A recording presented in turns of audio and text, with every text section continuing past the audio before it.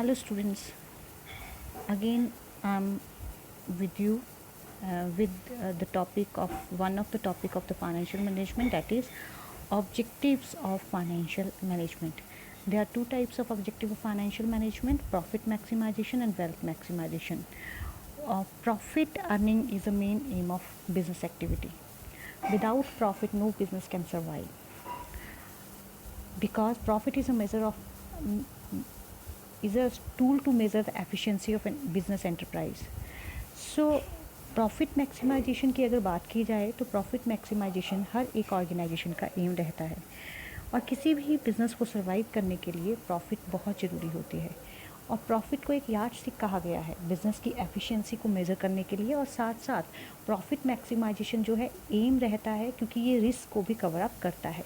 इसलिए profit maximisation जो है फाइनेंशियल मैनेजमेंट का एक ऑब्जेक्टिव रहता है।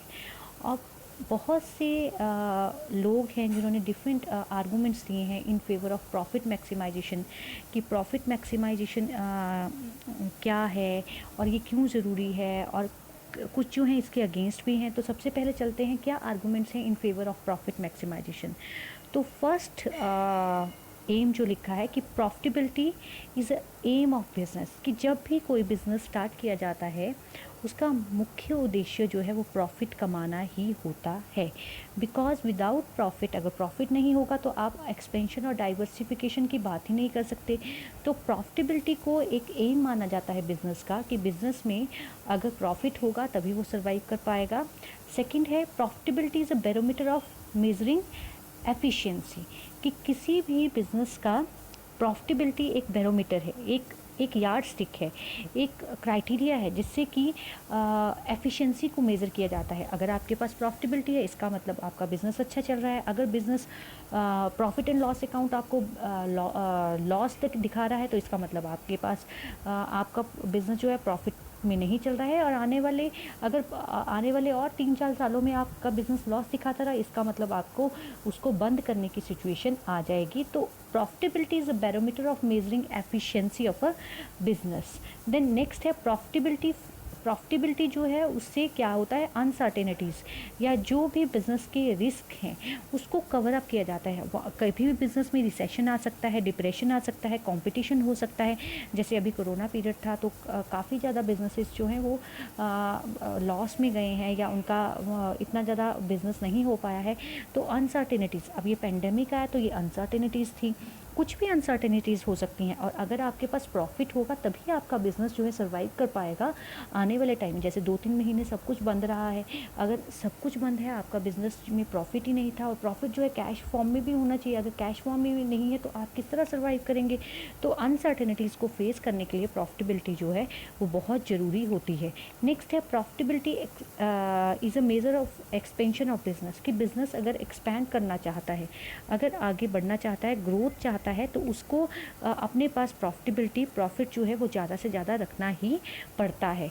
और प्रॉफिटेबिलिटी फुलफिलिंग सोशल नीड्स, क्योंकि प्रॉफिटेबिलिटी के साथ हमने हमेशा पढ़ा है कि बिज़नेस ऑब्जेक्टिव्स होता है, सोशल ऑब्जेक्टिव्स भी जो है वो मेन रहते हैं। और ये सभी सोशल ऑब्जेक्टिव अगर कंपनीज़ को कहा गया है कि उन्होंने 2% अपनी इनकम का CSR जो है कॉर्पोरेट सोशल रिस्पॉन्सिबिलिटी में लगाना है, तो it will be possible only when there is a profitability in the business. अगर प्रॉफिटेबिलिटी नहीं होगी तो सोशल रिस्पॉन्सिबिलिटी की बात ही कहाँ से आती है। तो इट इज़ वेरी इंपॉर्टेंट कि अगर प्रॉफिटेबिलिटी है तभी आप सोशल नीड्स को, सोशल वेलफेयर्स को पूरा कर सकते हो। अगर आपका बिजनेस ऑलरेडी घाटे में चल रहा है तो you can't think for the growth of the country, और यू विल नॉट पे द टैक्सेस, तो टैक्सेस ही नहीं पे करेंगे तो कंट्री की ग्रोथ कहाँ से हो पाएगी। तो इट्स वेरी इंपॉर्टेंट कि प्रॉफिटेबिलिटी जो है, जिन्होंने आर्गूमेंट्स फेवर में दिए हैं तो वो ये सब कहते हैं कि प्रॉफिटेबिलिटी जो है बहुत ज़रूरी है बिज़नेस के लिए, क्योंकि ये मुख्य उद्देश्य होता है।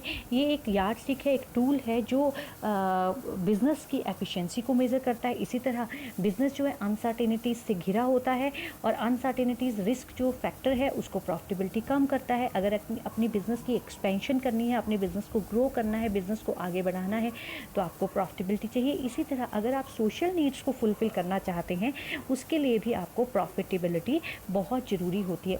पर प्रॉफिटेबिलिटी के साथ साथ क्या होता है, अगर ये सोली एक ही एम हो जाए बिजनेस का कि प्रॉफिट मैक्सिमाइजेशन आपने ज़्यादा से ज़्यादा करना है, तो उस केस में आप प्राइजेस को ज़्यादा हाई करेंगे, डेफिनेटली उसका जो इम्पैक्ट है वो कंज्यूमर पे पड़ेगा। और आप अपने बिजनेस में जो आपके एम्प्लॉयज़ हैं आप उनको एक्सप्लॉइट करना शुरू कर देंगे, उनकी सैलरी कम देंगे, आप अपनी एक्सपेंसेस को किसी ना किसी तरह से कट करने की कोशिश करेंगे। तो ये सारी चीज़ें जो है प्रॉफिटेबिलिटी के अगेंस्ट होती हैं, कि मतलब अगर आप प्रॉफिट के साथ ही चलते हो तो कभी आप सर्वाइव नहीं कर सकते। और जनरली ये प्रॉफिटेबिलिटी का कंसेप्ट जो है उसको कहा गया है कि वो सोल प्रोप्राइटरशिप और पार्टनरशिप फॉर्म के लिए ठीक है, लेकिन जहाँ तक कंपनीज़ की बात आती है तो इसके अगेंस्ट बहुत से आर्गूमेंट्स आते हैं। वो आर्गूमेंट्स अगेंस्ट क्या है, चलो पढ़ते हैं। तो arguments against profit maximisation, the first one is vague, अस्पष्ट। ठीक है, तो अस्पष्ट क्या है कि प्रॉफिट इज़ ऑलवेज वेग, कि पता ही नहीं है, अस्पष्टता है कि ये नहीं पता लग रहा है कि प्रॉफिट को डिफाइन कैसे करें, लॉन्ग टर्म प्रॉफिट या short term profit, gross profit या नेट प्रॉफिट या अर्निंग पर शेयर।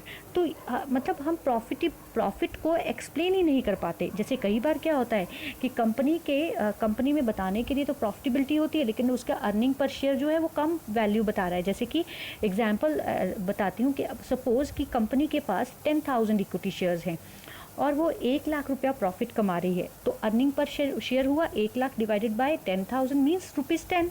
और अगर कंपनी ज़्यादा 5,000 शेयर्स को और इशू करती है और वो टोटल प्रॉफिट 1,20,000 कमाती है, तो यानी कि अब टोटल कंपनी का प्रॉफिट जो है वो 20,000 रुपया बढ़ रहा है, लेकिन अर्निंग पर शेयर क्या हुआ, 1,20,000 डिवाइडेड बाय 15,000, तो वो 15,000, तो ये आया ₹8। मतलब ये जस्ट कैलकुलेशन की है मैंने कि अगर कंपनी के पास 10,000 शेयर्स हैं, वो 1 लाख रुपया 1 लाख रुपया प्रॉफिट कमा रही है, यानी कि अर्निंग पर शेयर हो रहा है 1 lakh divided by 10,000, that is ₹10। और अगर कंपनी 5,000 रुपये के शेयर्स और इशू करती है, टोटल कंपनी के पास अब हो गए 15,000 के शेयर्स और वो 1,20,000 रुपया कमा रही है, यानी कि 20,000 प्रॉफिटेबिलिटी बढ़ रही है, पर अर्निंग पर शेयर कितना हो रहा है, 1,20,000 डिवाइडेड बाय 15,000, 15 120 ₹8 पर शेयर। तो यानी कि प्रॉफिटेबिलिटी तो बढ़ रही है, लेकिन अर्निंग पर शेयर क्या हो रहा है, कम हो रहा है। तो ये कुछ अस्पष्टता रहती है, कुछ वेग रहते हैं, कुछ सिचुएशन जो है समझ में नहीं आ पाती है। तो प्रॉफिटेबिलिटी जो है, प्रॉफिट मैक्सिमाइजेशन जो है, उसकी ये ड्रॉबैक मानी गई है कि ये अस्पष्ट है। Ignoring time value of money. अब टाइम वैल्यू ऑफ मनी का मतलब क्या होता है कि money you earn today worth more than the earn tomorrow, कि जो तुमने आज पैसा कमाया है उसकी वैल्यू ज़्यादा है और जो तुम कल कमाने जा रहे हो उसकी वैल्यू कम है। तो प्रॉफिट मैक्सिमाइजेशन का जो ऑब्जेक्टिव्स है, that ignores the time value of money and does not consider the magnitude and timing of earning, कि अर्निंग का क्या टाइम है। It treats all earning as equal though they occur in different periods, कि जितने different periods में कोई भी earning को कमाया गया है उसको वो इग्नोर करता है। जैसे मान लो कि आज मैं 1 लाख रुपया कमा रही हूँ, 10 साल बाद 1 लाख की क्या वैल्यू होगी, कुछ भी नहीं होती। तुम्हें पता है कि 10 साल पहले 100 रुपये की बहुत वैल्यू थी, लेकिन आज 100 रुपया, अगर आप एक कन्फेक्शनरी की दुकान में जाते हो तो 80 रुपये की आपकी चॉकलेट आती है, 20 रुपये आपके हाथ में बचते, लेस का पैकेट लाओ, 2 चीज़ें उठा के आप घर में आते हो। लेकिन पहले 10 साल पहले 100 रुपये का मतलब था बहुत सी चीज़ों को कैरी करते थे। तो with the passage of time जो मनी की वैल्यू है वो कम होती रहती है। लेकिन प्रॉफिट मैक्सिमाइजेशन इस कंसेप्ट को नहीं मानता।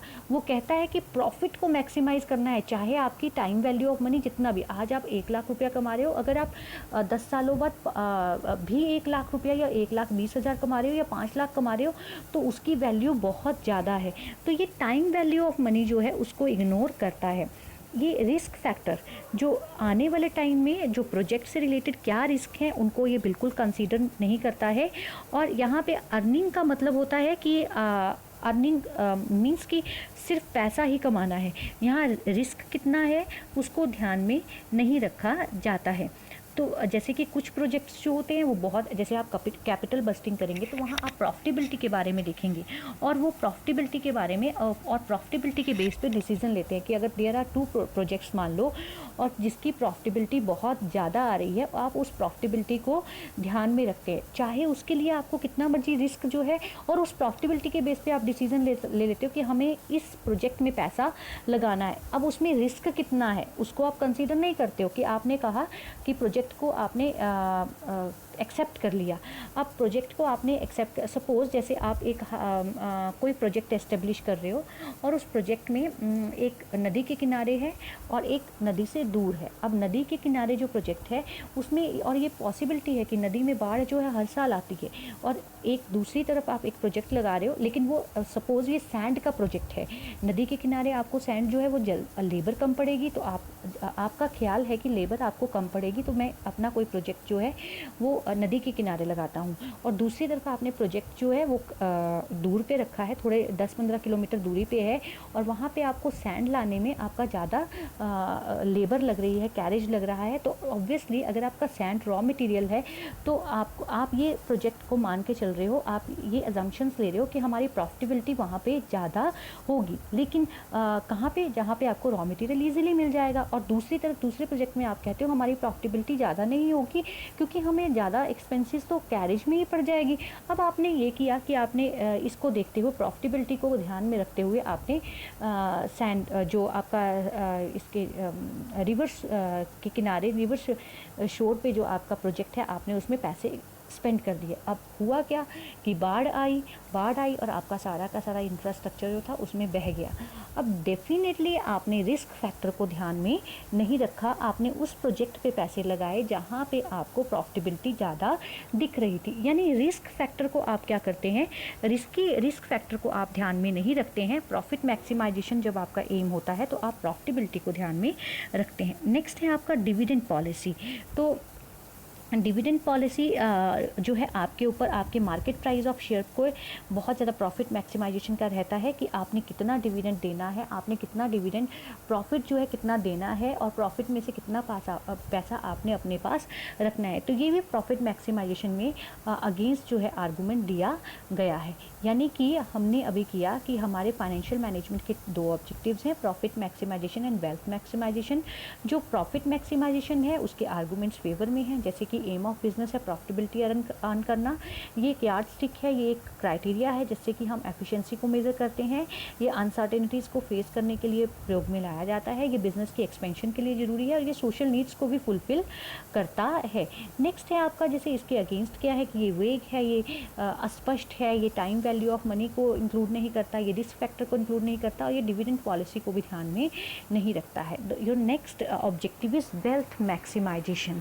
तो वेल्थ मैक्सिमाइजेशन को वैल्यू मैक्सिमाइजेशन भी कहा जाता है, और वैल्यू मैक्सिमाइजेशन का मतलब होता है शेयर होल्डर्स, जो आपके बिजनेस के शेयर होल्डर्स हैं जिन्होंने कैपिटल में पैसा लगा रखा है, उनकी वेल्थ को मैक्सिमाइज करना, मतलब उनके जो शेयर्स हैं उनके मार्केट प्राइस को ज़्यादा से ज़्यादा करना। देखो मैंने बनाया भी है कि वेल्थ मैक्सिमाइजेशन को वैल्यू मैक्सिमाइजेशन कहा जाता है, और वैल्यू मैक्सिमाइजेशन का मतलब है मार्केट वैल्यू को मैक्सिमाइज करना, यानी कि शेयर की जो मार्केट वैल्यूज़ हैं उनको ज़्यादा बढ़ाना। और यहाँ पे मैंने आगे भी बताया है कि value maximisation equals to number of shares multiplied by current market price per share. कि वैल्यू मैक्सिमाइजेशन का मतलब होता है कि किस तरह हम शेयर होल्डर्स की वेल्थ को मैक्सिमाइज कर सकते हैं, और उनको जब कैलकुलेट करना हो तो नंबर ऑफ वैल्यू मैक्सिमाइजेशन को या वेल्थ मैक्सिमाइजेशन को कैलकुलेट करते हैं number of shares multiplied by current market price per share.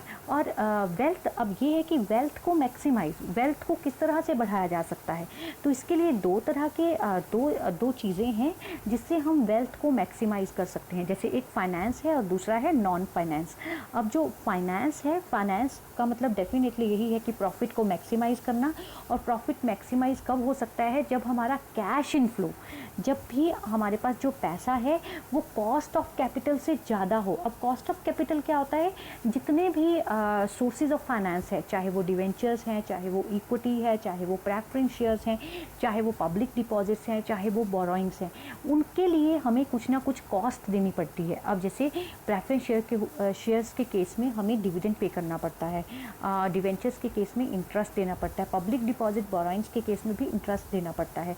तो अब और इसको हम कॉस्ट ऑफ कैपिटल कहते हैं, ठीक है। अब कॉस्ट ऑफ कैपिटल से कैश इनफ्लो, जो हमें पैसा आ रहा है, अगर जितना हमारा कॉस्ट ऑफ कैपिटल है उससे अगर कैश इनफ्लो ज़्यादा होगा तो डेफिनेटली फाइनेंशियल टर्म में प्रॉफिट मैक्सिमाइज होगा, और जब प्रॉफिट मैक्सिमाइज होगा तो डेफिनेटली हमारी जो वेल्थ है, जो मार्केट प्राइस पर शेयर है, वो भी क्या होगा, मैक्सिमाइज हो जाएगा। अब नॉन फाइनेंशियल सिस्टम भी आपकी जो वेल्थ को मैक्सिमाइज करते हैं, आपकी मतलब शेयर होल्डर्स की वेल्थ को मैक्सिमाइज करते हैं, जैसे सेफगार्ड ऑफ एसेट्स। अगर आपके पास एसेट्स हैं और आपने उनको सुरक्षित रखा हुआ है और उनको सेफ रखा हुआ है, यानी कि आपने अपनी एसेट्स को एसेट्स के ऊपर आपने कोई ज़्यादा लाइबिलिटी नहीं रखी है, उसको फ्री कर रखा है, तो उससे भी आपकी वेल्थ जो है वो बढ़ती है। डेफिनेटली मार्केट में ये जाता है कि जो ये एसेट्स हैं वो फ्री हैं और अब इसको यूज़ किया जा सकता है, तो शेयर होल्डर का जो EPS है, जो मार्केट प्राइस पर शेयर है, वो ज़्यादा बढ़ जाता है। पेइंग रेगुलर डिविडेंड, अगर आप अपने बिजनेस में रेगुलर डिविडेंड शेयर होल्डर्स को देते हैं तो एक रेपुटेशन अच्छी जाती है और उससे आपके मार्केट प्राइस की वैल्यू जो है वो इंक्रीज़ होती है।